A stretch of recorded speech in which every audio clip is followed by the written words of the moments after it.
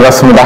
오늘 초기 기독교 연대기 9번째 시간 교회 승리 부분 같이 한번 살펴보도록 하겠습니다. 지난 시간에 우리 같이 공부했었는데요. 지난 시간에 공부했을 때 핵심 인물은 누구였을까요?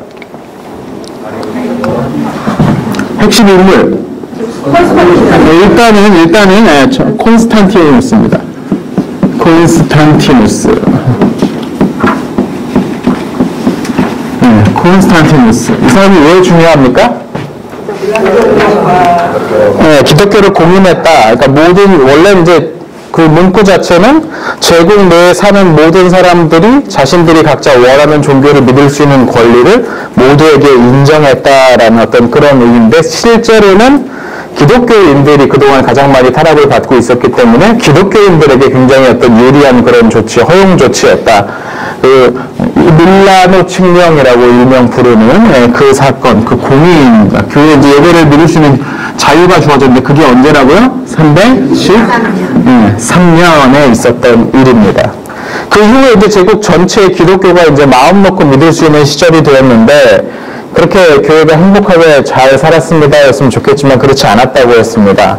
그 이유는 뭐였냐면, 오늘 문제 3번에서도 나왔지만 삼위일체 논쟁이라고 부르는, 특별히 삼위일체 가운데 성부와 성자의 그 관계, 적절한 그 어떤 관계인지에 관한 설명 부분에 있어서 그 논쟁이 벌어졌다라고 했습니다. 그 주인공은 누구였습니까? 네, 아리우스라는 인물이 있었습니다. 이 아리우스가 뭘 주장했습니까? 성부 하나님은 절대로 나누어질 수 없는 한 분이신 유일한 분이기 때문에 그분의 영광을 동일하게 누군가 또다시 똑같이 갖고 있다고 말하는 건 옳지 않다라고 이야기합니다. 그래서 성부와 성자가 같지 않다라고 이야기합니다. 그럼 어떤 관계냐? 성자는 성부보다 하위, 그러니까 만들어진 존재다라고 이야기합니다. 만들어진 존재다. 그래서 니케아 공의회가 결국은 열리게 됐다라는 거죠. 아리우스와 그의 반대편에 서 있던 사람이 이제 아타나시우스인데요. 양편의 주장이 막 격렬하게 서로 대립하게 되니까 이것을 해결하기 위해서 니케아 공의회가 만들어졌습니다. 니케아 공의회가 열렸습니다. 이게 325년에 있었던 일입니다. 여기에서 나왔던 문구를 그대로 하자면 성자는 성부에게 나시고라는 표현이 나옵니다. 만들어지셨다가 아니고 성자는 성부에게 낳으셨다라고 그랬어요. 비같은이라고 그래서 비같은. 그게 낳다라는 얘기잖아요. 그래서 나아지셨다. 그렇게 출생했다는 그런 표현이 여기서 처음으로 사용이 됩니다. 그리고 성부와 성자는 동일한 본질을 지니고 계시고 또 서로 완전히 구분되시지만 나뉘지는 않으신다. 이런 이야기들이 여기에서 만들어진 정통교리, 그러니까 만들어졌다고 표현하면 좀 그렇고, 여기에서 합의된 정통교리였고, 오늘날 세계의 모든 교회는 이것을 거의 모든 교회가 이 교리를 받아들입니다. 성자와 성부의 관계에 있어서. 이걸 안 받아들이는 교회는 없을걸요, 아마? 정통교회라고 부르는, 개신교나 아니면 천주교에서 아니면 정교회 계열이나 어디에서든지 이 니케아 공의회를 비롯한 초기의 3개 정도의 회의는 모든 교회가 같이 받아들이는 그런 아주 중요한 그 공의회입니다. 그래서 이 니케아 공의회 이런 순서대로 진행돼. 여기서 확인된 게 뭐라고요? 성부와 성자는 한 본질입니다. 같은 영광과 같은 권능을 가지고 계시다. 그러나 서로 뒤섞여 계시진 않고 구분되신다. 이 얘기를 했던 이유는 사벨리우스라든지 그런 사람들이 앞서서 주장했던 얘기들이 있잖아요. 성부와 성자 사이의 구분을 모호하게 만드는, 예를 들어 성부 고난설 이런 것 같은 주장한 사람들, 아버지가 십자가에 달리셨다 이런 식의 주장하는 것은 말은 대단히 감동적일 수 있으나 이단으로 정제된 주장입니다. 니케아 공의회에서 정제된 주장 가운데 하나가 아버지가 고난을 받았다고 가르치는 자는 저주를 받을지어다. 이런 문구도 있어요. 그러니까 오해하시면 안 됩니다. 이렇게 설교를 하다가 되게 감동적으로 막 표현을 하면서 아버지가 사실 뭐 이런 식으로 할 수 있는데 그렇게 하고 싶기도 하지만 그렇게 하면 안 되는 거예요. 네. 그러니까 정확하게 아버지와 아들은 동일한 본질, 동일한 위험, 동일한 권능을 갖고 계시나 아버지와 아들은 명확하게 구분되신다. 그러나 분리되시지는 않는다. 이 교리가 여기서 이제 만들어집니다. 여기서 세워집니다. 자, 오늘 배울 교회의 승리 이 부분에서는요, 드디어 이제 기독교가 로마 제국의 국교화되는 그 과정에 관한 이야기를 좀 여러분과 같이 나누어 보려고 합니다. 그러나 호사다마라고 이런 큰 일에는 장애가 생기기 마련이죠. 50페이지 같이 한번 보면서 내용 같이 한번 보도록 하겠습니다. 50페이지. 337년에 콘스탄티누스가 병으로 세상을 떠납니다. 콘스탄티누스가 죽기 직전에 내가 세상을 떠나면 다시 또 이 나라가 또 불안해질까를 걱정하면서 후계 구도를 명확하게 해놨어요. 근데 총 5명의 후계자들에게 각각의 지켜릴 영토를 나누어 주면서 거기를 방어하도록 그렇게 이야기를 합니다. 친아들이 셋이 있었는데 콘스탄티누스 2세,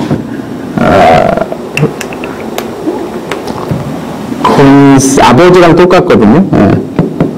형부터 콘스탄티누스, 아버지랑 이름이 똑같아요. 그래서 2세라고 하고, 그리고 콘스탄티우스, 우스도 2세예요.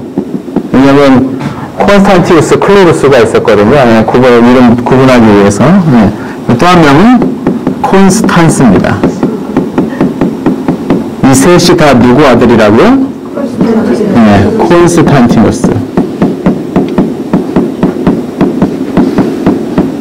이 새 매직을 쓰니까 너무 기분이 좋네요. 이런 거에 이렇게 기분 좋아요. 콘스탄티누스의 아들들이에요. 3명의 아들들에게 일단 나눠주는데 뿐만 아니라 자기의 조카들에게도 나눠줍니다. 이 조카는 이 콘스탄티누스가 누구 아들입니까? 콘스탄티우스, 우스, 클로루스. 스가 술집 주인의 딸인 헬레나랑 결혼해서 콘스탄티누스를 낳았잖아요. 그죠? 이 사이에서 태어난 게 콘스탄티누스입니다.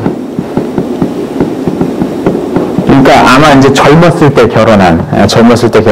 근데 이제 부제가 되면서, 처음에 콘스탄티누스가 부제가 되면서, 당시 서방 쪽의 정제의 이름은, 물론 여기서 물어보면 안 되죠. 막시미아누스라는 인물이 있었어요. 막시미아누스의 딸과 결혼을 합니다. 다시 결혼합니다. 그러니까 헬레나랑 헤어지고, 정제의 딸과 결혼하면서 부제가 되는 거예요. 왜냐하면 이때 당시 정제, 부제 관계는 이제 장차 정제가 될 후계자의 개념, 그런 개념이 있었기 때문에 사위가 되는 거예요. 이게 테오도라라는 여성이었어요. 테오도라. 이게 막시미아누스의, 막시미아누스의 딸입니다. 이 사이에서 플라비아누스 달마티아누스랑, 이름 어렵죠? 율리우스 콘스탄티누스가 태어나요. 이 사이에서 둘이 태어났는데, 이런 거 다 기억 안 하셔도 괜찮습니다. 기억하려고도 안 하셨죠?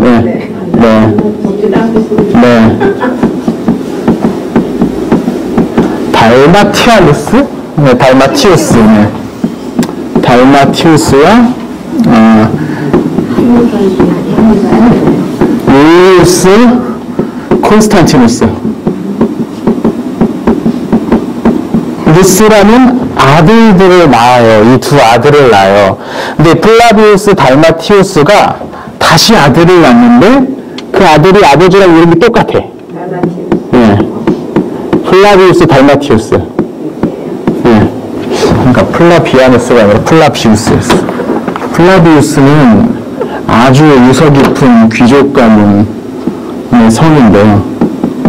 플라비우스 달마티아누스.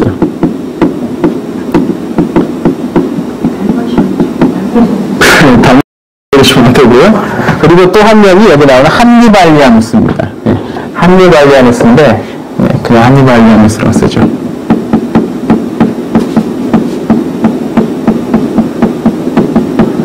플라비우스 콘스탄티누스도 아들을 둘 낳아요. 원래 아이들이 더 있는데 어린 아들 한 명 뭐 죽기도 하고 딸도 낳고 하는데 여기서 아들을 둘 낳는데 그 둘을 누가 낳냐면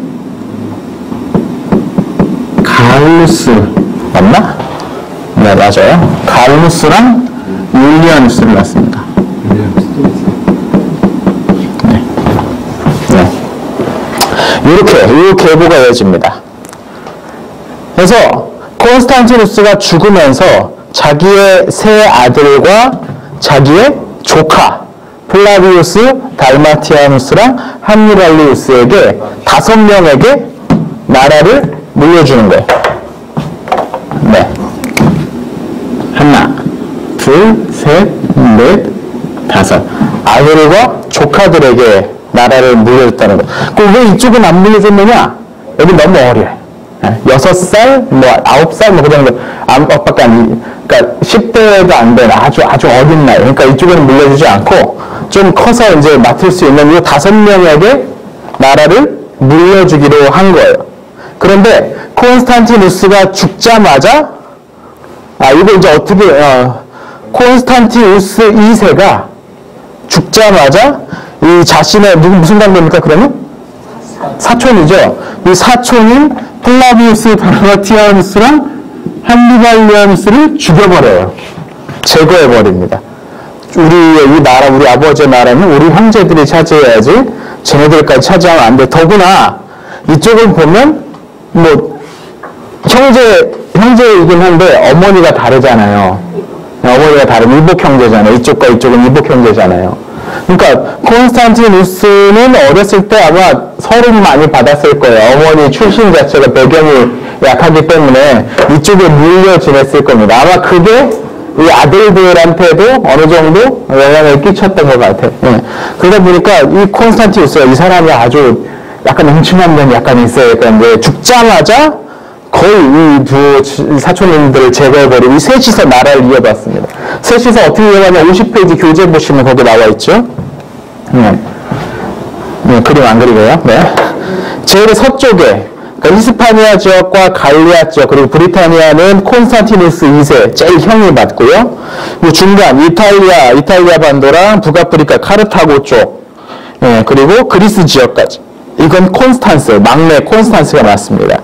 그리고 자기는 가장 동방 지역, 소아시아 지역, 그리고 제국의 새로운 수도가 됐던 콘스탄티노플 그 인근 지역, 그리고 이집트, 뭐 키레네 이 지역까지 자기가 이제 차지하게 이 3명의 아들들이 이렇게 나눠 갖게 됩니다. 그런데 이 갖게 된 게 저 두 사람이 원래 이어받았던 땅을 누가 나눠 갖게 되냐면 콘스탄스랑 콘스탄티우스가 갖게 되는 거예요. 원래 그리스 지역하고 뭐 이런 지역들이었는데 그러니까 가만히 생각하니까 저기 서쪽에 있는 콘스탄티누스 2세가 제일 자기는 맏형인데 야 걔네 2명 죽었는데 왜 내 땅은 하나도 안 늘어나고 내 동생들 저놈들만 땅을 많이 먹어? 이걸 갖다가 속으로 막 삭히지 못하고 씩씩대다가 자기 동생 막내 동생이 그냥 지도를 보세요. 콘스탄티누스 2세가 콘스탄티누스 2세를 공격하기엔 너무 멀어요. 그죠? 그러니까 바로 옆에 있던 콘스탄스를 공격합니다. 형제간에 전쟁이 영토를 놓고 전쟁이 벌어지는데 얘가 승질을 낼 줄 알았는데 능력은 없었던 거죠. 자기 능력을 알았으면 그렇게까지 승질을 내면서 무모하게 하지 않았을 텐데 그래서 괜히 싸움을 걸다가 콘스탄티누스가 죽어버립니다. 전투에서 지고서 죽어버립니다. 그렇게 되니까 그 서쪽에 아주 서쪽에 뭐 히스파니아, 갈리아 그리고 브리타니아까지 콘스탄티누스 2세가 다스리던 지역이 다 콘스탄스가 먹어버려요. 그러니까 콘스탄스의 영역이 굉장히 커지고 콘스탄티우스는 이제 가장 동쪽 지역을 차지하는 그런 상황이 되어버린 거죠. 그런데 콘스탄스가 그 지역을 병합하는 것에 대해서는 아무 말 하지 않습니다. 자기 사촌들을 죽여버렸는데 왜 막내 동생이라고 살려두는지 아무 말 하지 않아요. 왜냐면 그동안에 이 콘스탄스 자체는 이제 동방 쪽에 그 새롭게 일어난 페르시아 쪽을 견제하느라 이쪽까지 이제 시간을 그렇게 관심을 둘 수 없는 그런 상황이었던 것 같아요. 그런데 10년 후에 350년에 갈리아 지역, 갈리아가 어딘지 아시죠? 지도를 그려야겠어요. 네. 네. 지도를 그리지 않을 수는 없나 봐요. 네. 좀 작게 그려볼까요?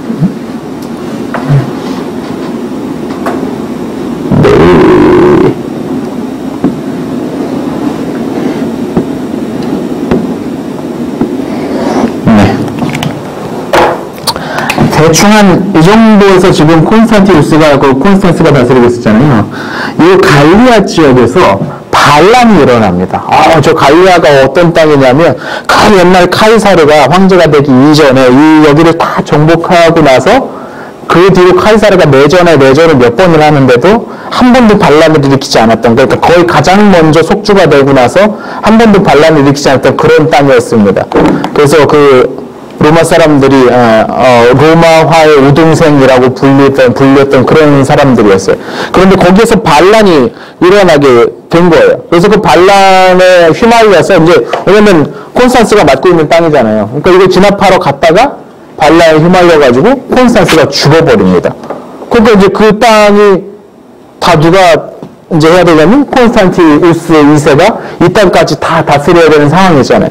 그런데 황제 혼자서 이미 이렇게 넓은 땅을 다 다스리는 것은 이미 어려워진 상황이었어요. 왜 어려워졌냐면 예전에는 아주 로마가 잘 나가고 있을 때는 국경이 아주 안정되니까 로마 군대가 제대로 기능을 하고 있으니까 황제가 수도에 앉아가지고 이런저런 명령만 내려 다 통치가 됐는데 지금은 그런 시대가 아니란 말이죠. 여기저기 불안하고 계속 이민족들 쳐들어오고 막 그러니까 계속 황제가 나가서 싸우고 지켜내야 되니까 그렇게 할 수가 없게 된 거죠.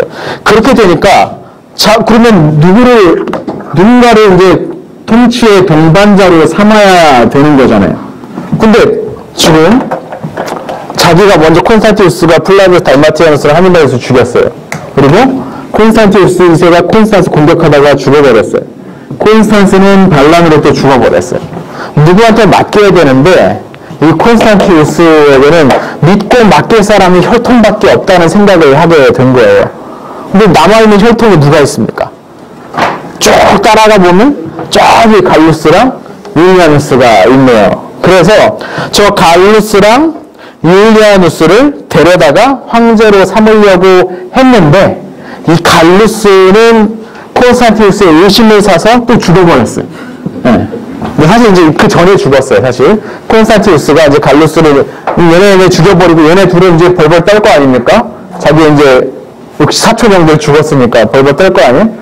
근데 갈루스는 둘 다 이제 귀양가 있었는데, 콘스탄티우스에서 귀양가 있었는데, 갈루스가 너무 나댄다라고 생각한 콘스탄티우스가 갈루스를 죽여버렸어요. 상황이 이렇게 되니까 정말 남은 사람은 딱 한 번 율리아누스밖에 없게 된 거예요. 그래서 율리아누스를 불러옵니다. 율리아누스가 무슨 생각을 갖고 이 소환장을 받고서 너 일로 와 하니까 무슨 생각을 갖고 왔겠어? 막 벌벌 떨면서 왔겠죠. 딱 왔는데 몽골, 네가 제국의 서쪽을 맡아 다스려라. 나는 동쪽에 지금 페르시아를 상대해야 되는데 서쪽도 불안하니까 네가 서쪽을 맡아 해가지고 제국의 서쪽을 이 율리아누스가 전격적으로 맡게 된 거죠. 그동안에 이제 콘스탄티우스 2세는 이 동방 쪽 이 새롭게 일어난 페르시아가 아주 강력하게 서쪽으로 세력을 넓히려고 하기 때문에 거기를 이제 계속해서 맞서 싸우려고 이제 신경을 막 쓰고 있었습니다. 율리아누스가 서쪽을 맡대. 그 전에 율리아누스는 뭐 하고 있었느냐? 율리아누스가 귀향을 가는데, 귀향 가는 게 뭐 감옥에 가둬두고 그런 게 아니고 어느 수도원에 맡겨졌대요. 이 시대가 이제 그런 시대가 됐어요. 이제 어느 뭐 교회, 이제 산속에 있는 뭐 그런 교회 같은 수도원 같은 데 이제 맡겨졌는데, 거기에 이제 사실상 거기서 이제 감시를 받으면서 거기 생활하도록 이제. 근데 수도원에는 책이 많았대요. 그래서 율리아누스가 들어가가지고 독서를 시작을 했어요. 얘가 책을 막 읽기 시작해요. 고전들을 막 섭렵을 하면서 얘가 열심히 뭐 할 게 없잖아요. 이제 뭐 다른 거 하고 막 가서 막 자기 형인 갈루스는 막 말 타는 거 좋아하고 밖에 나가서 막 돌아다니는 거 좋아하고 막 그러다가 위험하게 찍혀가지고 살해했단 말이죠. 그러니까 뭐 그런 거, 근데 태생적으로 율리아누스는 그게 말 타고 그런 거 별로 안 좋아했던 것 같은데. 아무튼 뭐 앉아가지고 계속 책 보고 막 이랬어요. 근데 이 당시 고전이라는 게 어떤 거냐면 그리스 철학자들 책들이거든요. 근데 그 책들을 이제 선점을 쭉 한 거예요. 그런 젊은이가 이제 맨날 할 줄 아는 거는 책 보는 거밖에 없는데 황제의 자리에 이제 전격적으로 오르게 됐는데 웬걸 잘해요. 예, 이방 이민족들 막 쳐들어 내려오는 것도 잘 막아. 이렇게 사람들 잘 써가지고 이렇게 잘 막아내고 제국을 잘 또 막아내네. 그러니까 율리아누스에 대한 서쪽 사람들 특히 군대의 지지도가 막 점점 막 올라가고 있는 거예요. 근데 그건 그렇고, 근데 동쪽에서 콘스탄티누스가 페르시아 세력과 막 맞서 싸우려고 하는데 이게 페르시아가 워낙에 이제 강력하게 밀고 들어오니까 페르시아가 어떤 나라입니까? 그 옛날에도 뭐 100만 대군을 갖고서 뭐 그리스를 침략했던 그런 페르시아 아닙니까? 그 옛날 페르시아도. 그러니까 이게 자기 혼자 힘만으로는 안 되겠는 거예요. 그래서 근데 서쪽에 보니까 얘가 찰 이민족들과 맞서 싸운단 말이죠. 싸우면서 이 군대는 배파량이 돼가는 거잖아요. 점점 그 경험치가 쌓여가지고 레벨업도 하고 막 그렇게 되는 거 아닙니까? 지금 거기 있는 군대 일부를 내 쪽으로 보내라. 내가 페르시아랑 이번에 맞서 맞짱 떠야 되겠는데 그 군대를 나에게 보내라 라고 명령을 내립니다. 근데 이 군대가 그걸 가기 싫어하는 거예요. 네. 자기는 여기서 태어났고 여기서 계속 지키면서 살아왔는데 갑자기 쌩좀 먹고 절로 가래. 그냥 자기들은 콘스탄티누스랑 뭐 관계도 없어요. 그동안에. 물론 황제이긴 했지만 전체를 봤을 때 황제이긴 했지만 딱히 뭐 얼굴 안면 익힌 것도 없고 자기한테 더 가까운 것은 서쪽을 다스리는 율리아누스니까. 그래서 못 가겠다 그러는 거예요. 율리아누스가 중간에 난처하잖아요. 군대 보내라고 했는데 안 보내면 저 콘스탄티누스 제 또 승질 더러운 놈이 와가지고 나 또 이렇게 어떻게 할지 모르는데 가라 했는데 안 가겠다 그러는 거예요. 막 하다가 나중에 그 병사들이 그러지 말고 그냥 당신이 황제 그냥 짱 먹으셔 해가지고 추대를 해버립니다. 황제로 추대해버립니다. 전체 황제로 추대해버리는 거. 정제로 추대를 한 거죠. 부제에서 정제로 추대를 해버린 거. 그러니까 율리아누스가 굉장히 이제 어쩔 줄 몰라 하면서 뭐 이러면 안 되는데 막 상황이 자기가 전혀 바라지 않은 쪽으로 막 이상하게 막 돌아가는 거야, 지금 이제.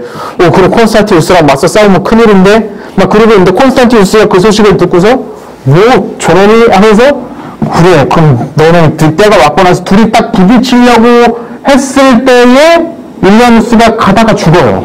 갑자기. 콘스탄티누스가 갑자기 가다가 죽어버려요. 예습 철저히 했습니다. 가다가 갑자기 죽어요. 다행히 그래서 양쪽 군대가 이렇게 서로 맞부딪히지 않고 그 이전에 콘스탄티누스가 죽어버리게 됩니다. 그래서 콘스탄티누스가 죽으면서 그랬대요. 내 후계자는 율리아누스다. 율리아누스가 제국 전체를 다스리도록 해라. 그러고서 죽었대요. 그죠. 남은 게 율리아누스밖에 없으니까 혈통이 자기 이제 또 그렇게 되는데 사실 이렇게 될 줄 알았으면 죽이지 말았어요. 처음부터. 그렇지 않습니까? 처음에 경쟁자라고 여기면서 달마티우스와 하니발리우스를 너무 일찍 죽여버렸어요. 그러다 보니까 이 넓은 제국을 혼자 맡게 되었을 때 자기가 믿고 맡길 만한 사람이 아무도 없었던 거예요.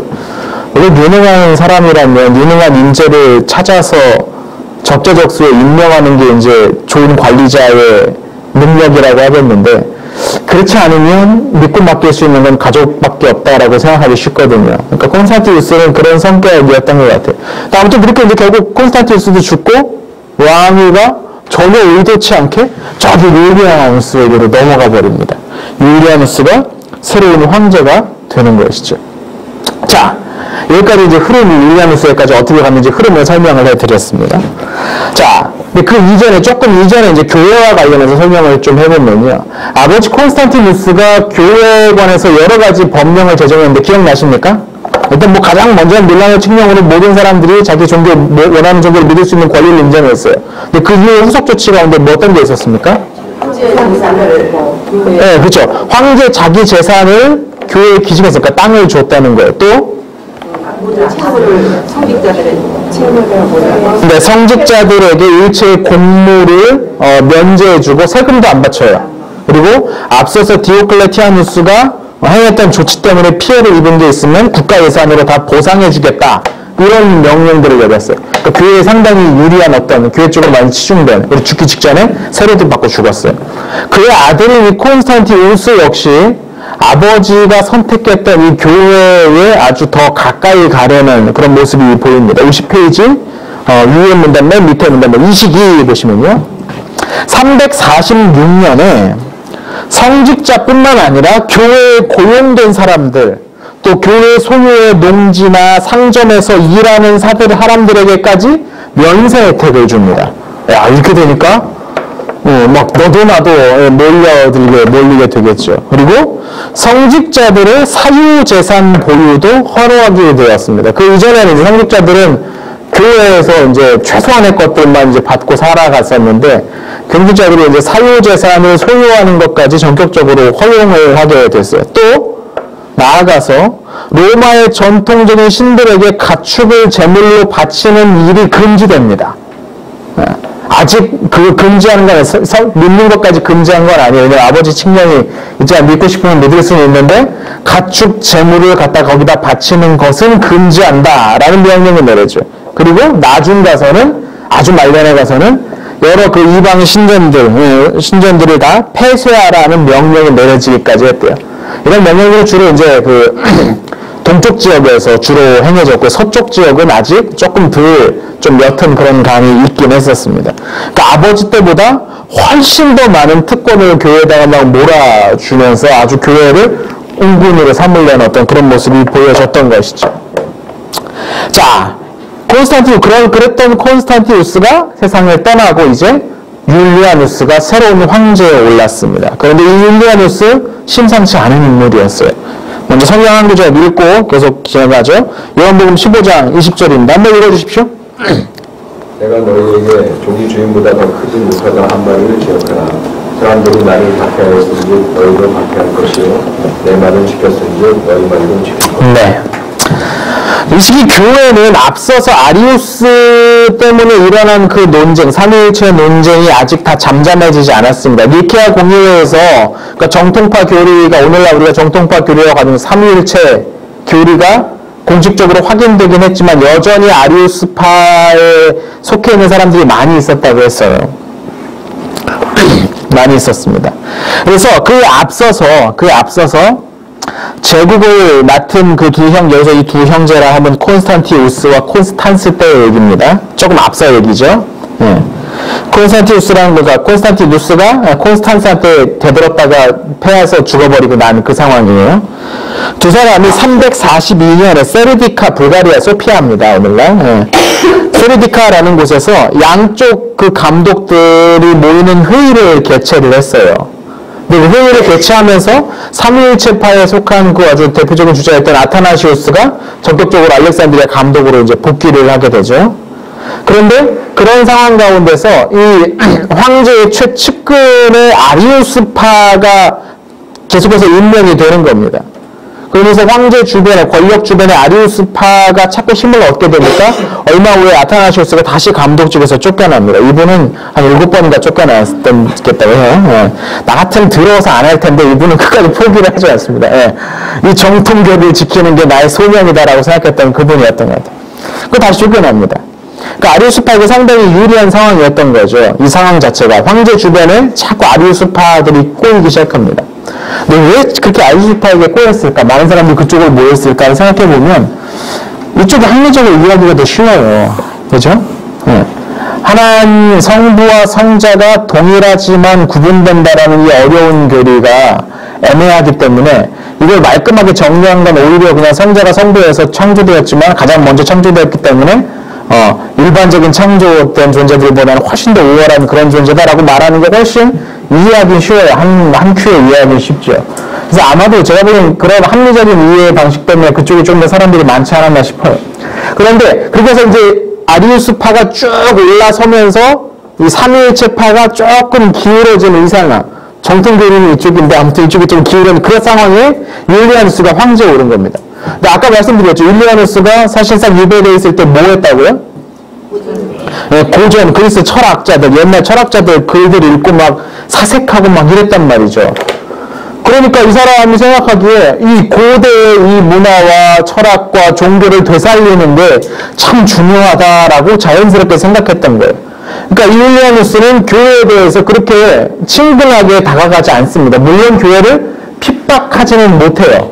대놓고서 막 못 믿지 마더라 할 수는 없어요. 왜냐면 이미 한 번 빗장이 풀렸기 때문에 그걸 다시 너무 쏟아지는 걸 다시 이렇게 담아낼 수는 없으니까. 그런데 가만히 보니까 교회가 싸우고 있어, 쟤네들이. 싸우고 있으니까 쟤네가 더 잘 싸우는 게 자기한테 더 좋아 보여요. 근데 지금 누가 더 우위에 있다고요? 아리우스파가 더 막 기세를 올리고 있으니까 삼위일체파를 좀 지지해줘야겠구만 해서 이쪽에 푸시를 좀 가해줍니다. 이쪽에 펌프질을 해가지고 둘이 좀 적당하게 대등해서 더 열심히 싸우라고. 네. 이게 아주 무슨 조합입니까? 네. 그래서 삼위일체파에 이때 당시 막 푸시가 막 들어가기 시작을 합니다. 그래가지고 아타나시우스가 다시 한번 복귀합니다. 예, 귀양 갔다가 다시 한번 복귀를 합니다. 아타나시우스가 복귀하자마자 또 맹렬하게 아리우스파를 막 공격하기 시작을 하죠. 예. 율리아누스는 교회를 위해서 그렇게 한 게 아니고 자기는 그냥 옛날 전통 문화들을 되살리고 싶어서 교회가 좀 더 열심히 싸워서 힘이 약화되기를 바라는 마음으로 아타나시우스를 복귀시켰는데 여튼 그 복귀한 아타나시우스가 정말 종횡무진 활약을 하면서 한동안 밀려 있었던 삼위일체파 정통파가 세력을 다시 많이 얻게 되는 그런 결과가 이때 일어나게 되는 것이죠. 373년경 아타나시우스가 세상을 떠나는데요. 그때쯤 되면 거의 정통교리가 제국 전체의 어떤 주도 세력까지 된 어떤 그런 결과를 낳게 됩니다. 그래서 이 율리아누스를 일명 배교자 율리아누스 이렇게 부르기도 해요. 왜냐하면 그 이전 황제 두 명이 계속해서 기독교에 대해서 아주 우호적이었는데 율리아누스는 로마의 전통 종교 이런 쪽에 더 우호적인 사람이었거든요. 그래서 나중에 기독교인들이 부르기를 배교자 율리아누스 뭐 그렇게 부르긴 하는데 왜냐면 콘스탄티누스 이래로 로마의 모든 황제들은 다 기독교인입니다.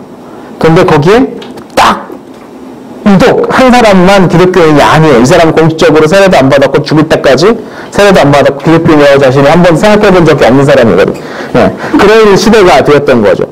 율리아누스 시대가 되었으나 정통파 교회가 힘을 얻게 되는 아주 묘한 상황이 이 시기 일어나게 됩니다. 자, 그렇게 제국 전체를 홀로 다스리기 시작한 율리아누스가 363년 사산 왕조 페르시아의 샤푸르 2세와 싸우다가 전사를 하고 맙니다. 그러니까 이때 당시 이제 페르시아가 로마의 가장 강력한 적이었어요. 그래서 페르시아랑 싸우다가 전사하고 나서 그 다음 황제 자리는 왜냐면 더 이상 핏줄이 없어요. 이제 이쪽 가면 콘스탄티누스 왕조라고 부를 만한 이 가문에서 더 이상 이제 살아남은 아들이 한 명도 없거든요. 그래서 왕위가 누군가에게 자기 자식도 없어요. 아들도 없었어요. 그래서 누구에게 가냐면 호위대장이었던 요비아누스라는 인물에게로 넘어갑니다. 근데 요비아누스가 또 정통파 기독교인이었어요. 그 이전에 뭐 콘스탄티우스나 뭐 이런 사람들은 약간 아리우스 쪽에 많이 기울어져 있었는데, 콘스탄스나 뭐 이런 사람들은 기울어져 있었는데, 요비아누스는 또 완전 정통파의 아주 열성적인 그런 교인이었어요. 그래서 율리아누스가 만들어놨던 기독교의 장애물 같은 것들을 다 없애버립니다. 근데 7개월 만에 갑작스럽게 죽어요. 정상적인 죽음은 아니었던 것 같아. 갑작스럽게 죽어버립니다.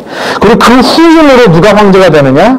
게르만족 출신의 발렌티니아누스가 황제로 선출이 됩니다. 선출됐다라는 건 뽑혔다는 얘기죠.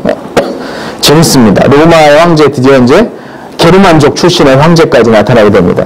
재밌는 건 이때 당시 이제 야만족들이 굉장히 많이, 그러니까 로마 사람들이 부르는 야만족들, 이민족들이 굉장히 많이 침입하는데, 거기 보면 프랑크족이니, 부르근투족이니, 알레나이족이니, 반달족 이런 사람들도 넓게 보면 다 게르만족이에요. 그러니까 공격하여 오는 쪽도 게르만족, 막는 황제도 게르만족. 그런 지금 상황이 이제 벌어집니다. 이 로마에서. 그래서 발렌티아누스가 혼자서 이걸 다 막는 것은 어렵겠다 싶어가지고 제국의 동쪽은 자기 동생, 친동생인 발렌스에게 맡기고 서쪽은 자신이 발렌티아누스가 이제 막는 그런 상황이 됩니다. 이 시기가 되면 정말 정신없이 야만족들이 침입하죠. 그래서 브리타니아 쪽에서는 스코트족 그리고 픽트족이라고 불리는 브리타니아 쪽으로 이제 처음 내려오기 시작하고요.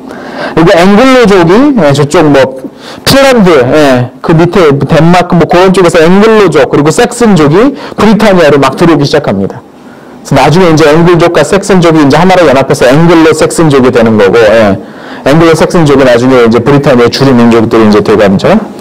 또 프랑크족, 부르근트족, 알레마니족, 뭐 이런 게르만 계열들 민족들이 막 그 갈리아 지역으로 막 밀고 옵니다.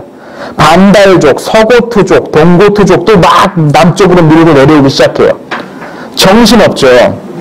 왜 이렇게 됐냐면 얘네들이 원래 살고 있던 동네가 더 무서운 놈들한테 밀리기 시작했어요. 저기 동쪽에서 어딘가에서 아주 무서운 사람들이 달려오기 시작합니다. 바로 훈족입니다. 네. 훈족이 이쪽으로 오는 거예요. 이쪽에 들어온 거예요. 그러니까 여기서 원래 살고 있던 애들이 다 이리로 도망쳐 오는데 만만한 게 로마니까 그쪽으로 도망쳐 들어왔던 거예요. 훈족이 좀 있으면 이제 등장합니다. 훈족의 왕 아틸라 뭐 나오죠. 이제 좀 있으면 이제 나오게 됩니다. 그러니까 막 밀리고 밀려가지고 이 이민족들이 연쇄 이동을 하면서 로마로 막 밀고 내려오니까 그걸 막아 싸우는 입장에선 진짜 막 짜증 제대로 됐죠. 여기 맞고 나면 저기 쳐들어오고 저기 맞고 나면 또 절로 쳐들어오고 막 거의 뭐 정신없이 이것을 나가야 되는 그런 상황이 됩니다. 그렇게 열심히 발렌티누스, 이거 재밌습니다. 발렌티누스도 게르만족인데 열심히 자기 동족 게르만족을 막아내는데 평생을 재위 기간 내내 온몸을 바치다가 결국 이제 죽어요. 세상을 떠나요. 아마 과로도 많이 했겠죠. 날밤새기도 수도 없이 했을 거고. 그렇게 막다가 목숨을 잃고 그의 동생인 발렌스가 이제 제국 전체를 다스리게 되었고 정제가 되고 이 발렌스는 선왕, 그러니까 자기 형 발렌티니아누스의 아들인 그라티아누스에게 제국 서쪽을 맡깁니다. 왜냐하면 이거 역시 지금 이렇게 쳐들어오는 상황에서 혼자서 이걸 다 막는 건 불가능하니까 계속해서 공동통치를 임명을 합니다. 그래서 발렌티니아누스의 아들인 그라티아누스를 서쪽 황제로 임명하고 자기는 동쪽에서 계속 이제 이걸 맡기 시작을 하는 거죠. 그런데 이번에는 발렌스가 고트족과 싸우다가 전사합니다. 그렇게 되니까 그라티아누스가 19살이었는데 그라티아누스가 제국 전체를 이제 다스리게 되잖아요. 근데 이것도 역시 19살짜리가 이걸 다 다스리는 건 힘들잖아요. 그러니까 빨리 이제 공동 통치 또는 공동 방위 담당자를 임명을 해야 되는데 누구를 임명할까를 보다가 테오도시우스라는 인물을 전격적으로 동부에 맡깁니다. 이게 379년입니다. 이 테오도시우스가 이 사람도 되게 젊은 황제였는데 선왕 발렌스를 죽였던 동쪽의 황제 발렌스를 죽였던 고트족을 막 몰아내서 성공해요. 몰아내는데 성공해요. 뿐만 아니라 이어서 그 근처에 있었던 반달족이니 뭐 이어서 여러 민족들과의 싸움에서도 계속 승리해요. 그래가지고 제국 동쪽의 국경을 오랜만에 안정을 시킵니다. 이 테오도시우스라는 인물이. 379년에 샤프르 2세라면 누구랑 싸우려고 했었죠? 네. 자꾸 앞으로 넘기게 되죠, 우리가. 그래. 샤프르 2세도 갑자기 죽어요. 이게 자연사예요. 이제 오래 살았으니까 자연사합니다. 그렇게 되니까 북쪽의 야만족은 이미 지금 이제 막아놨고, 그리고 동쪽도 샤프르 2세가 죽었으니까 한동안 조금 잠잠할 거고. 그러니까 이제 국경이 안정되면서 이 제국이 조금 이제 평안한 그런 상태로 접어들게 됩니다. 그렇게 되니까 이제 380년경 두 명의 황제, 서쪽은 누구요? 응? 그라티아누스. 동쪽은요? 테오도시우스. 네. 이미 죽었습니다. 네. 도시우스. 네. 테오도시우스랑 그라티아누스. 그라티아가 은혜란 뜻이에요. 네. 이제 점점 황제들 이름도 기독교식으로 변해가죠. 네. 기독교식으로 변해가죠. 테오도시우스나 그라티아누스나 다 이제 기독교식 이름들입니다. 예, 이 두 명의 황제가 이제 간만에 이제 북쪽의 야만족도 어느 쪽을 좀 막아놨고 동쪽이 가장 큰 적인 이제 페르시아도 이제 당분간 침략 안 할 것 같고 하니까 제국이 조금 안정되니까 이 기간에 기독교를 진흥하기 위한 정책에 나섭니다. 기독교를 이제 막 아주 대폭적으로 막 밀어주기 시작합니다. 이때 등장했던 인물이 바로 암브로시우스라는 인물. 이거 제가 지난번에 한번 설명드렸었는데 기억나시죠? 안 나시나? 네. 예, 그렇습니다. 아우구스티누스의 스승이었던 바로 그분입니다. 어거스틴의 성자라고까지 부르는. 네. 암브로시우스가 원래는 정치가였어요. 그때 제가 한번 설명드렸었을 거예요. 아마. 정치가였어요. 시장하고 막 황제한테 서쪽 황제였던 그라티아누스 외교 자문력, 막 황제 자문력 막 이렇게 하는 정치인이었어요. 근데 이때 시장을 할 때 일을 너무 잘하는 거예요. 시장을 너무 잘해가지고 이때 당시 제국 서쪽에도 아리우스파가 많이 막 힘을 발휘하고 삼위일체파, 정통파가 막 이렇게 핍박받는 그런 상황. 이게 되게 무섭습니다. 예. 그 이방 그러니까 그 뭐라고 표현합니까? 예. 이교도들이라고 부르죠. 예. 이교도 황제들한테 기독교가 핍박받을 때보다 더 살벌하게 아리우스파에 의해서 삼위일체파가 핍박을 받습니다. 예. 예, 이거 되게 시원한 마음이 같은 사람 되게 빈정거리는데 이거 네. 같은 종교를 믿는다고 거기서 의견이 달라진다고 진짜 쌀벌하게 막 핍박하고 막 폭력 사태 막 수시로 일어나고 막 그런 상황이었어요. 아리우스파들과 삼일체파들 막 자기들끼리 막 폭력 사태 수시로 일어나고 막 그런 상황이었어요. 근데 그렇게 막 밀리고 삼일체파가 막 밀리고 있었는데 삼일체파 사람들이 가만히 보니까 저 암브로시우스라는 사람이 일을 되게 잘해. 저 사람을 우리 편으로 만들면 좋을 것 같아요. 그래가지고 암브로시우스 그 삼일체파 사람들이 가서 암브로시한테 가서 우리의 교회 지도자가 되어주십시오라고 딱 요청을 한 거죠. 근데 이때 암브로시우스는 세례도 안 받았고, 예, 교회 지도자 뭐 주교쯤 되려면 적어도 막 10수년 이상은 막 교회에서 성직 개혁도 하고 막 그래야 되는데 이 사람은 지금 정치가인데 와가지고 우리 교회의 지도자가 되어달라고 막 요구를 하는 거죠. 처음에 사양사양 하다가 막 하도 사랑하고 막 강국하게 이야기하고 뭐 어떻게 하는지 모르겠어요. 결국 알겠다고 해가지고 몇 주 만에 속성으로 세례받고 주교의 자리까지 전격적으로 막 올라갔던 인물이 이 암브로시였습니다. 이 사람은 아주 탁월한 행정가하고 탁월한 어떤 행정이라는 게 그렇죠. 결국 사람과 사람 사이의 일들을 조율하는 거 아닙니까?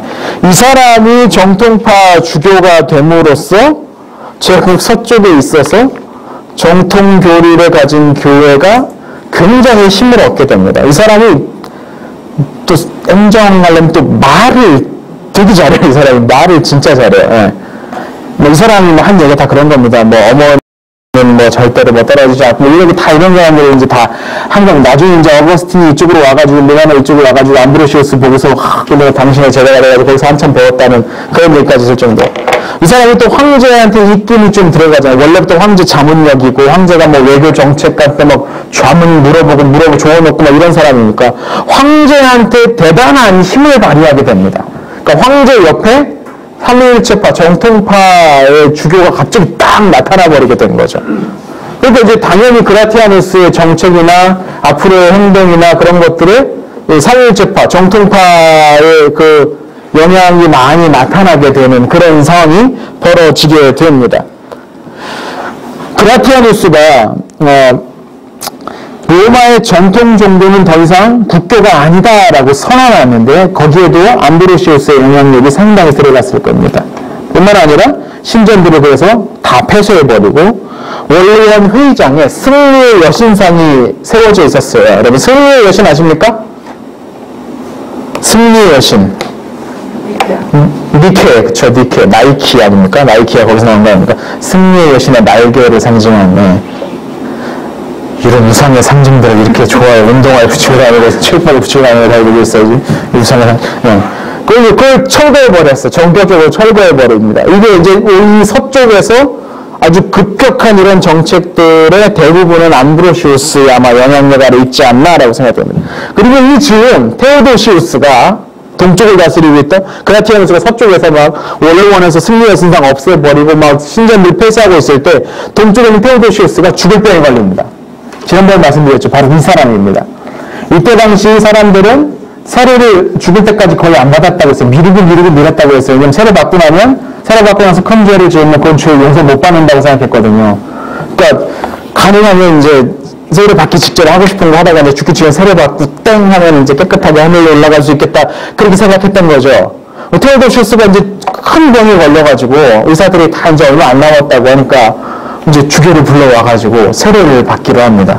근데 세례를 받았는데 얼마 후에 병에서 나와버린 거예요. 네. 병에서 나와버리니까 이제 이 황제가 꼼짝달싹 못하고 자기한테 세례준 그 주교한테 이제 코가 끼게 돼버린 거예요. 이제 왜냐면 이제 황제도 양이 이제 교회 양이니까 주교에 여러 관리하려 있는 양에 불과하게 되니까. 그렇게 되면서 테오도시우스가 매우 기독교 교회 쪽에 매우 이렇게 기울어진 정책들을 또 잇따라 조치를 하는데 그 세례 받았던 쪽이 또 정통파 주교였어요. 공교롭게도. 이단의 가르침을 설명하거나 듣기만 해도 처벌받아요. 이단을 퍼뜨려도 처벌받아요. 여기서 이단이라는 것은 삼위일체파가 아니라 아리우스파가 되는 거예요, 이제. 이게 뭔 일입니까? 그리고 이단에게 장소를 제공만 해도 범죄가 되는 거예요. 막 장난 아니게 되죠? 그럼에도 불구하고 계속해서 이단 교리에 머무르겠다 그러면 제국가 와서 추방시켜버리는 그런 일들이. 그러니까 이때 아리우스파 사람들이 많이 제국 밖으로 추방당했어요. 그러면서 어디로 갑니까? 야만족들한테 들어가는 거예요, 아리우스파가. 그래서 거기 가서 선교를 막 합니다. 그래서 야만족들이 다 아리우스파 기독교를 이제 막 믿게 되는 상황이 이제 벌어지게 됩니다. 막 추방해버리니까. 그런 상황이 됩니다. 서쪽의 그라티아누스 장난 아니죠? 동쪽의 테오도시우스 장난 아닙니다. 아리우스파가 발붙일 데가 없게 되어버립니다. 상황이 그렇게 아주 전혀 의도치 않은 방향으로 완전히 돌아가 버리게 됩니다. 이런 분위기 속에서 381년 두 번째 공의회가 열립니다. 제국의 수도였던 콘스탄티노폴리스에서 두 번째 공의회가 열립니다. 여전히 아리우스파와 정통파, 삼위일체파 사이의 어떤 분쟁이 해결되지 않았기 때문에 이것을 이번엔 깔끔하게 정리해 보겠다라고 해서 다시 한번 회의를 하는데 이미 황제는 정통파 주교한테 세례까지 받은 상황이었어요. 예전에 니케아 공의회 할 때 콘스탄티누스는 아직 세례 안 받았어요. 그런데 이 테오도시우스는 정통파 교인들한테 주교한테 세례를 이미 받아버린 상황이었어요. 그러니까 그 회의에서 이제 누구 입장이 발언이 세질 수밖에 없겠습니다. 당연히 삼위일체파, 정통파 교리가 거기에서 채택이 될 수밖에 없겠죠. 그래서 여기에서 이런 결의에서 이런 신조가 채택이 되는데요. 성자가 성부에게 나셨으나 창조되신 것은 아니다.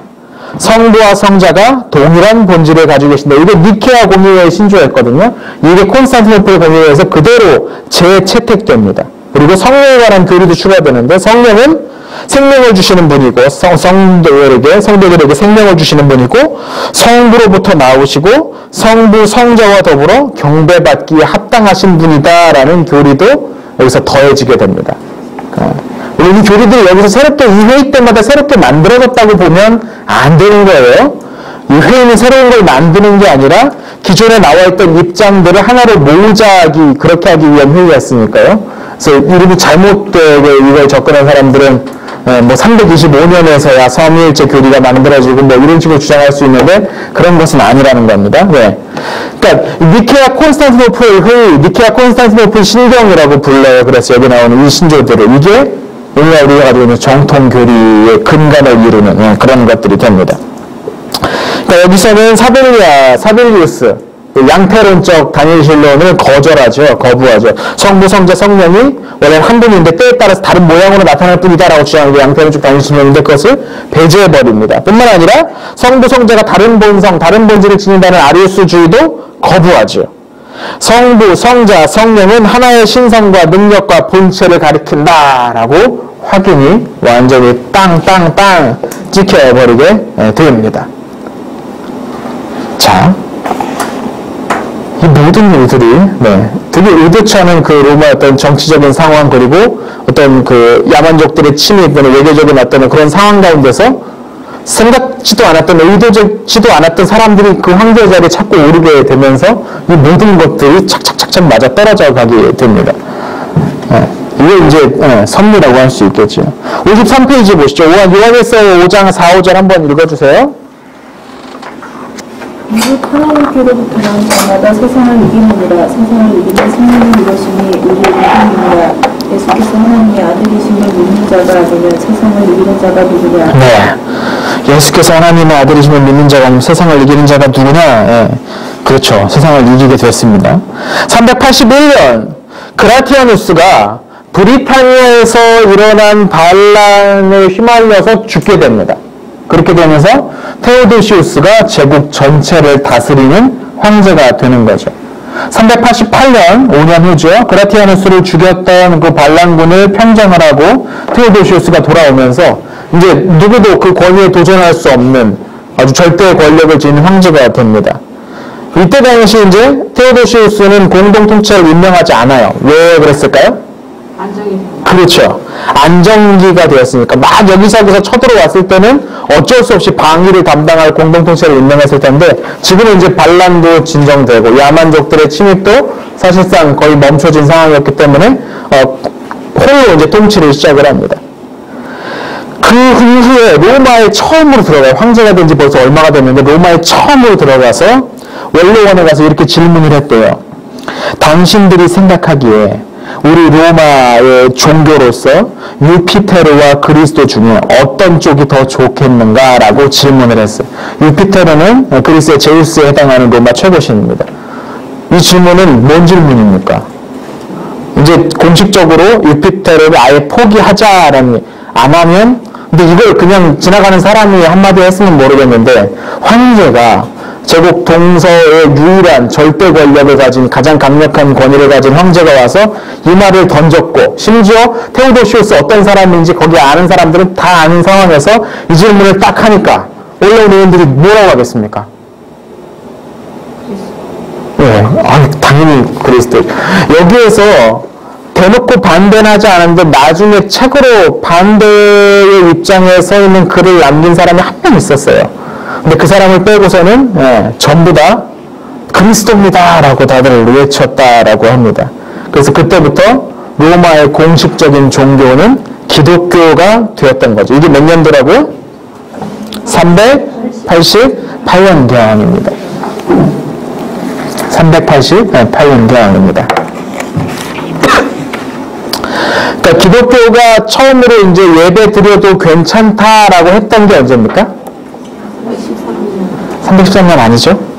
제국 동쪽에 한정되긴 했지만 311년, 그쵸? 311년에 갈레리우스가 제국에 반대하지 않으면 예배 드려도 좋다라고 얘기를 311년 이랬습니다. 그게 388년쯤 했으니까 몇 년 지났습니까? 77년 만에 기독교가 로마 제국을 삼켜버렸습니다. 아예 그냥 로마의 국교가 된 거예요. 이런 시대가 됐습니다. 53페이지 만에, 53페이지 만에 이제 기독교가 국교가 되어버렸습니다. 그동안엔 얼마나 핍박받고 숨어 지내고 막 잡혀서 추방당하고 순교당하고 막 폴리카푸스 기억나십니까? 불 속에 던져지면서 당신들은 나를 눈에 보이는 불로 죽이려 하지만 영원히 타고 있는 그 불을 보지 못하, 이런 얘기했을 때가 엊그제 같은데 388년경 이미 새 시대가 바뀌어버린 거죠. 395년 테오도시우스가 세상을 떠납니다. 그리고 세상을 로마를 둘로 나누어서 첫째 아들에게 아르카디우스에게는 동쪽 로마를, 그리고 둘째 아들 호노리우스에게는 서쪽 로마를 물려줍니다. 이때부터는 로마가 이제 동로마, 서로마라고 불리게 돼요.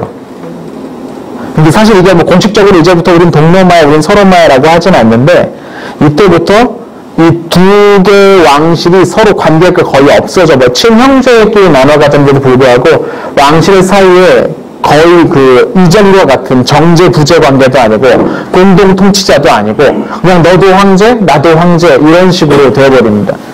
분위기가 조금 이전과는 달라지게 되죠. 아르카디우스, 호노리우스입니다.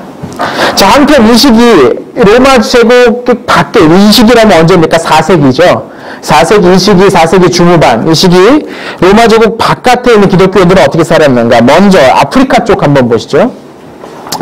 에티오피아라고 불리는 이집트 남부 지역에 BC 120년경부터 큰 나라가 있었습니다. 악숨이라는 동네를 수도로 삼고서 악숨 왕국이라고 불리는 나라고, 지도 보이시면 굉장히 큰 나라죠.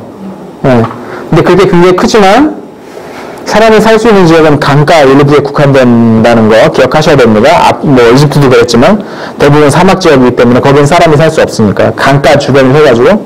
근데 거기가 홍해 남부 쪽 입구를 틀어막고 있어요. 이 영토가. 그러니까 홍해 입구를 잡고 있는 거죠. 여기를 잡고 있으면 무역에 있어서 굉장한 이득이 있습니다.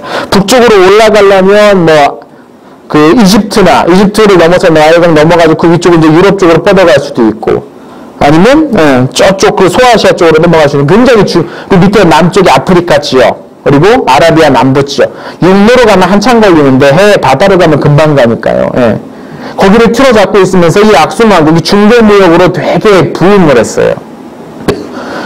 그럼 저기 동쪽이 아라비아만으로 들어가면 되지 않느냐? 아라비아만 어딘지 아시죠? 지도를 보시지 않습니까? 네. 네. 여기가 악수만국이고, 여기가 이제 아라비아만입니다. 일로 들어가면 되지 않느냐 싶은데, 여기는 어떤 나라입니까? 페르시아예요. 예. 페르시아를 통과를 해야 되니까, 예. 그것보다는 차라리 이쪽으로 들어가지고 바로 이쪽으로 들어가는 게 훨씬 낫겠죠. 예. 자, 그래서 굉장히 이제 큰 부를 쌓았습니다. 그랬더니 에티오피아 지역의 전설에 따르면 사도행전에 나오는 에티오피아 내시가 에티오피아 교회의 시초가 되었다라고 주장을 하는 전설입니다. 그거는 그렇게 주장을 하는데 아마 사도행전에 나오는 그 에티오피아 관리가 직접 그 뒤로 교회를 세웠다고 보는 것은 조금 무리인 것 같고, 아무튼 기록에 남아있는 가장 오래된 기록은 4세기경, 그러니까 이 시기죠. 로마가 이제 한창 기독교로 막 여기저기 물들어가고 있을 때 이 즈음에 시리아 출신의 선교사 2명이 에티오피아를 방문해서 선교 활동을 했대요. 근데 그때 당시 에티오피아의 왕이 에자나라는 이름을 가지고 있었는데, 이 에자나가 아주 매우 호의적으로 기독교에게 반응을 했대요. 왜 그랬을까요? 그렇죠. 로마가 이미 기독교를 완전히 넘어간 상황이었기 때문에 로마와 계속해서 교류를 통하기 위해서, 교류를 하면서 이득을 얻기 위해서라면 얼마든지 뭐 그것도 나쁘지 않다고 생각했을 것 같아요. 그 나중에 이 2명의 선교사들이 나중에 에티오피아 교회의 주교가 됐다는 기록이 이제 남아있다고 합니다. 그러면서 4세기 중반이 되면 세계에서 두 번째로 기독교를 국교로 삼은 나라가 이 에티오피아입니다. 그래서 에티오피아 종교에도 대단한 자부심을 갖고 있습니다. 제가 오늘 집에 가서 에티오피아 종교의 예배 모습을 담은 동영상을 하나 보내드릴 거예요. 카톡으로. 짧습니다. 클립 짧습니다. 한 4분 정도, 3, 4분 정도 되는데 한번 보시면 재밌습니다. 그쪽 예배는 이렇게 드리는구나. 예배에 너무 춤추고 막 뛰고 막 이렇게 합니다. 춤추합니다. 네. 그러니까 세계에서 두 번째로 국교를 삼는 나라가 에티오피아입니다. 세 번째는요? 네. 로마는 세 번째입니다. 4세기 후반이잖아요. 388년에 로마가 국교를 삼은 건 388년이니까 4세기 중반부에 이미 에티오피아는 기독교를 국교로 받아들였다고 합니다. 한편 남쪽 말고 동쪽에 페르시아는 어땠는가? 이 페르시아의 기독교인들은 이제 힘든 상황을 보내고 있습니다. 왜 그러냐면 일단 페르시아의 제1의 적국인 로마가 기독교화 되어가고 있어요. 이전과 상황이 좀 바뀐 거죠.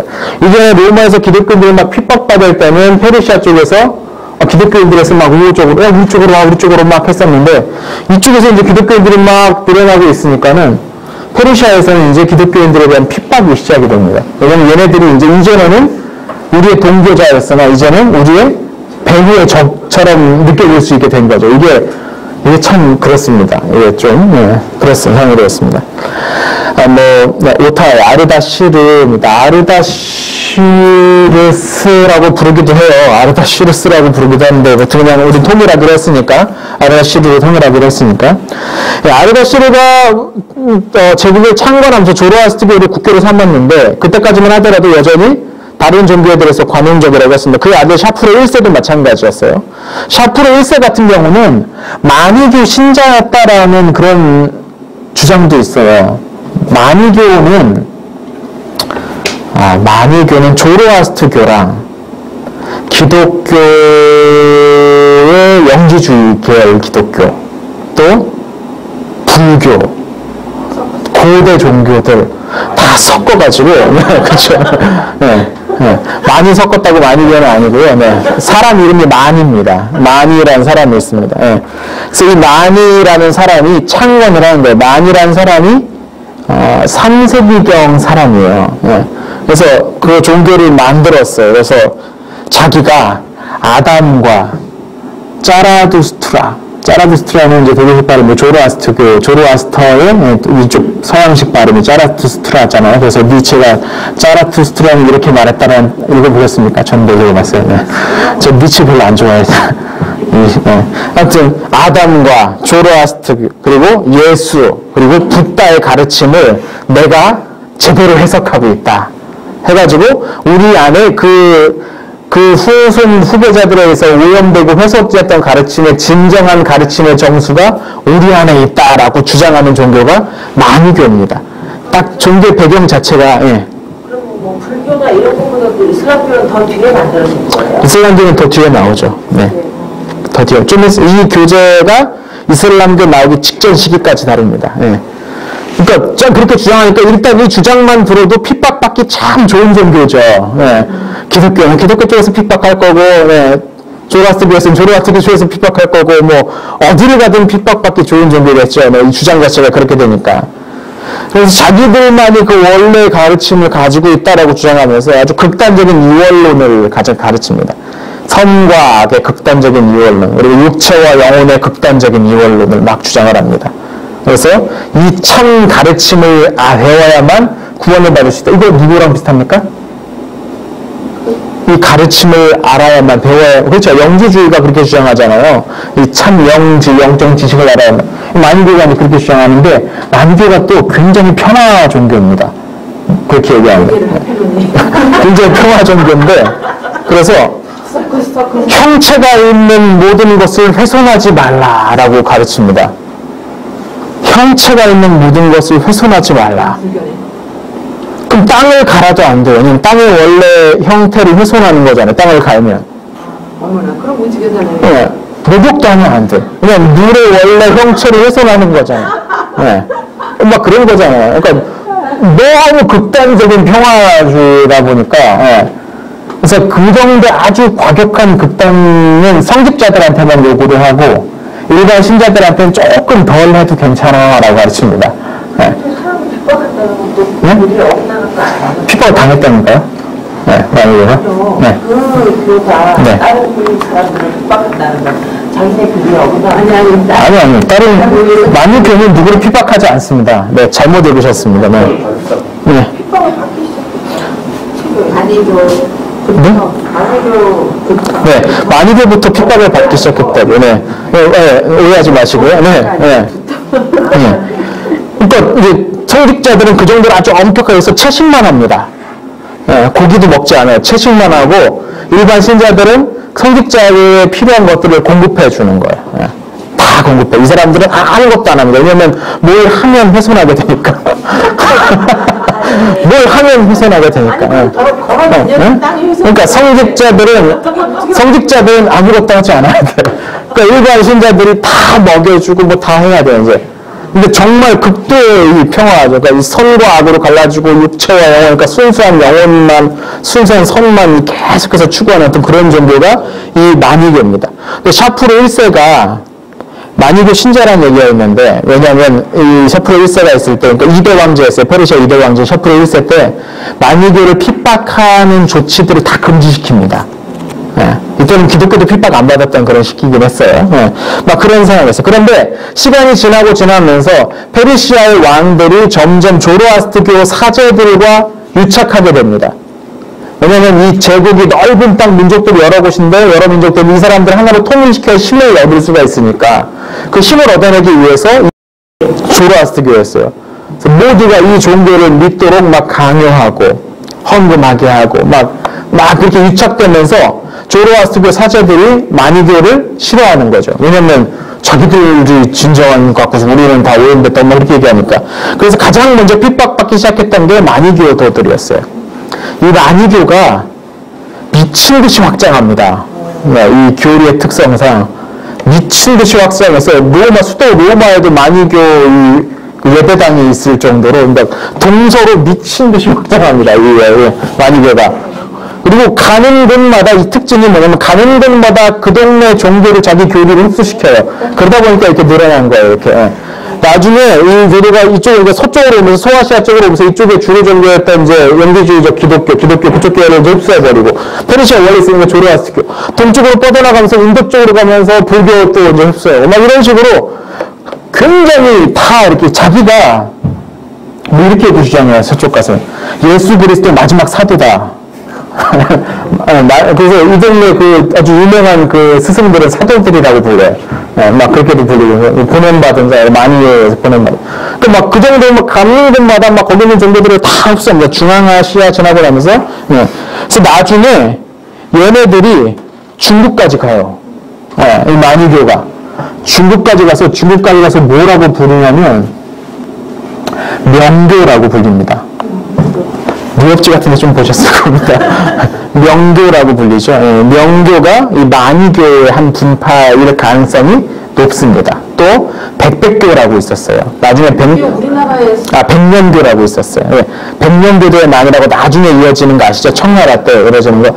그때까지도 위구르 지역, 그러니까 지금 중국의 가장 동쪽 지역, 막 그런 데까지 이미 막 들어와가지고 막 그 신자들을 많이 획득해. 그러니까 동서로 엄청나게 획득했던 사람들이, 이 명교계열들입니다.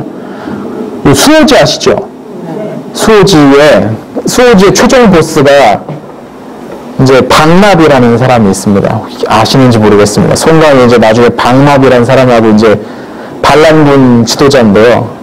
싸워가지고 막 그 108투쟁 중에 상당수가 다 많이 죽게 되는 그런 마지막 최종 골패, 최종 보스급인데, 이 박납이 이 명교도라는 얘기가 있어요. 박납은 실존 인물이거든요. 명교도였을 거라는 그 주장 학설이 있어요. 그러니까 그 명교에 뭐 아주 단편적으로 남아있긴 한데, 채식만 해야 된다는 그런 주장들도 남아있고, 여기 나온 여러 쪽들 남아있습니다. 조로아스트교도 참고로 중국 쪽에 알려져 있습니다. 배화교라고. 배화교, 조로아스트교가, 왜냐면 조로아스트교는 아후라 마즈다라고 아주 순수한 아주 가장 높은 신 하나만 있는데, 그 신을 상징하는 게 불이래요. 그래서 불을 섬기는 종교라서 배화교라고 하는데, 사실 불을 섬기는 건 아니고, 아후라 마즈다라는 세상의 유일한 하나의 신만 섬기는 그런 종교는 조로아스트교인데, 그런 식으로 이제 슬슬 동쪽으로도 많이 이제 뻗어가는 그런 시기이기도 했습니다. 그러니까 이 시기가 되면서 샤프르 2세쯤 되면, 샤프르 2세는 로마 황제들 여러 명과 싸웠잖아요. 근데 그 싸웠던 황제들이 다 기독교인들이에요. 대부분 다 기독교인들이에요. 그러다 보니까 제국 내의 기독교인들에 대한 아주 대대적인 이제 탄압을 시작을 합니다. 그리고 아르메니아를 굴복시켜가지고, 거기에도 조로아스트교를 받아들이도록까지 했대. 이때 아르메니아는 기독교가 국교인 나라였잖아요. 그래서 조로아스트교를 강제로 받아들이게도 막 했던, 물론 그렇다고 해서 교회가 거기 다 없어진 건 아니고, 아르메니아 교회는 핍박받는 교회가 이제 되어버린 상황에, 페르시아 세력이 거기까지 이제 뻗게 되었으니까. 샤프르 2세에서 그의 동생인 아르다시르 2세가, 이거 수정해주세요. 아르다시르 2세가 즉위한 후에도 상황은 크게 바뀌지 않았습니다. 아르다시르 2세가 379년부터 383년인데 388년에 서쪽에서 로마가 기독교를 공인했다는 그 국교를 삼았던 그 시기죠. 그러니까 거의 같은 시기인데, 이 시기에 기독교인들은 페르시아에서는 굉장히 어려운 상황을 보내고 있었다는 것이죠. 자, 이 시기 주요 생리사 연표 보시면요, 중국 보시면 모용황이라는 사람이 전연을 건국합니다. 이제 이 정도면 거의 알아듣지 못하는 사람들 나오기 시작하죠. 흉노족이 사산왕조와 인도를 침입하게 됩니다. 그래서 일부가, 어떤 사람들은 그 흉노가 훈조가 아니겠느냐라고 주장하는 사람들도 있어요. 그런데 워낙에 남아있는 사료적 근거가 부족하기 때문에 이름이 비슷하긴 해요. 흉노 쪽, 그쪽 몽골 쪽 말로 훈이라는 말이 사람이란 뜻이래요. 사람이란 뜻이에요. 자기들이 우리는 훈이야라고 할 때 훈족이라고 이제 알아듣고서 서방에서 아마 그렇게 알아듣다는 얘기도 있어요. 근데 아무튼 이 시기에 흉노족이 상당 부분 서쪽까지 밀려왔던 것만 사실입니다. 왜냐면 중국 쪽에서 밀려가지고 서쪽으로 오다 보니까 이제 이 정도까지 와요. 여기가 인도잖아요. 여기가 인도 북인도니까 여기까지 거의 밀려왔던 그런 상황입니다. 인도에서는 천트라구타 2세가 즉위를 했고, 샤프르 2세가 페르시아에서 사망을 하죠. 우리나라는 어떤 상황이냐? 근초고왕이 고구려를 공격했던 시기입니다. 371년. 388년에 로마가 국교화하신다, 기독교를. 그걸 기점으로 삼으시면요, 그때쯤 고구려의 불교가 전래됩니다. 군교가 전래되고, 그리고 얼마 후에 율령을 반포하죠. 또 조금 지나서 백제에도 불교가 전례가 되는 시기입니다.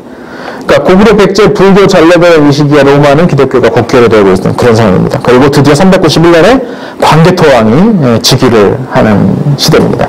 이 시기입니다. 자, 오늘 여기까지 하도록 하겠습니다. 수고하셨습니다.